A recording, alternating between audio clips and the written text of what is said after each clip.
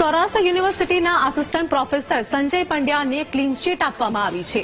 લેટરમાં દર્શાવેલા 5 વિદ્યાર્થીના નામ ખોટા હોવાનો રિપોર્ટ સામે આવ્યો છે. ફરિયાદી 2016 પછી ભવનના રેકોર્ડ પર નોંધાયેલા નથી તેવું અર્થશાસ્ત્ર ભવનના વડા દ્વારા કહેવામાં આવ્યું છે. સૌરાષ્ટ્ર યુનિવર્સિટીમાં લેટરકાંડથી બદનામ કરવાના પ્રયાસ પણ કરવામાં આવ્યા છે. અર્થશાસ્ત્ર ભવનના આસિસ્ટન્ટ પ્રોફેસર સામે પણ આરોપ લાગ્યા હતા.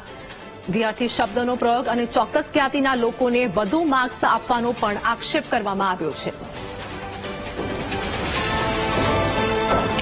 તો સૌરાષ્ટ્ર યુનિવર્સિટીના આસિસ્ટન્ટ પ્રોફેસર સંજય પંડ્યાને ક્લીન ચીટ આપવામાં આવી છે. સૌરાષ્ટ્ર યુનિવર્સિટી ફરી એક વખત વિવાદમાં આવી છે, જેમાં લેટરમાં દર્શાવેલા 5 વિદ્યાર્થીના નામ ખોટા હોવાનો રિપોર્ટ રજૂ કરવામાં આવ્યો હતો. ફરિયાદી 2016 પછી ભવનના રેકોર્ડ પર નોંધાયેલા નથી તેવું અર્થશાસ્ત્ર ભવનના વડા દ્વારા કહેવામાં આવ્યું છે.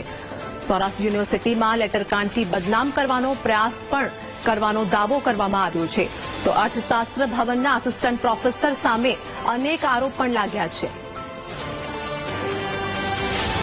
સંવાદદાતા સની અમારી સાથે જોડાઈ ગયા છે. સૌરાષ્ટ્ર યુનિવર્સિટીના આસિસ્ટન્ટ પ્રોફેસર સંજય પંડ્યાને ક્લીન ચીટ આપવામાં આવી છે, શું વધુ અપડેટ?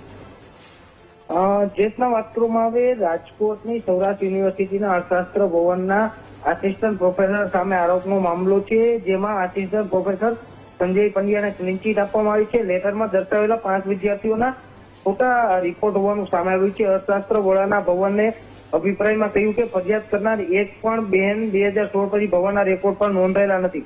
જે લોકોના નામ હતા તે લોકો ત્યાં ભવનના રેકોર્ડમાં નથી, એટલે તેઓ તે સંજય પંડ્યા ઉપર આક્ષેપ થયા હતા તે ખોટા થયા હતા.